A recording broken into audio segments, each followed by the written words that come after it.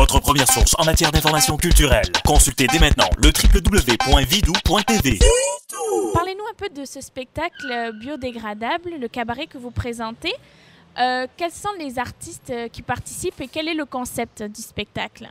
C'est un cabaret littéraire, en fait. C'est un peu une parodie de cabaret littéraire où des comédiens, des excellents comédiens de Montréal lisent dans le texte des autobiographies de vedettes populaires québécoises comme Rita Lafontaine, Julie Lemay ou Mario Pelchat et tout ça. On a plusieurs comédiens, donc Rémi-Pierre Paquin, Geneviève Brouillette, les Justiciers masqués, Sébastien Trudel, Marc-Antoine Audette, Pierre-Luc Brillant, Mathieu Grondin, Ève Duranceau, Karen Elkin, Kim Lavac-Paquin, et plusieurs autres. Moi, je lis Jacques Boulanger, qui a écrit un livre dans les années 60, vraiment au sommet de sa gloire, et puis que, tu sais, sans prendre de recul, peut-être, sur sa carrière, et sans se relire, visiblement. Moi, je ne me moque absolument pas de Julie Lemay, l'ex-lofteuse.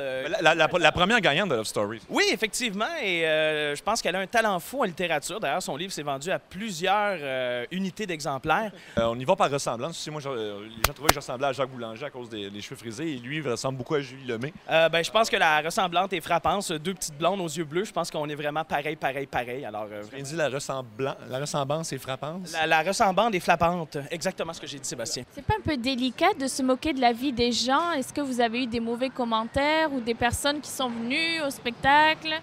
C'est pas délicat dans la mesure où ces gens-là ont écrit leur récit, sont allés voir un éditeur, leur a dit « Imprime-moi-en des tonnes de copies puis distribue-moi ça partout au Québec ». À partir de ce moment-là, nous, on reprend tout ça, puis on change pas un mot. Si on changeait la forme ou si on changeait les phrases, oui, ce serait pas juste.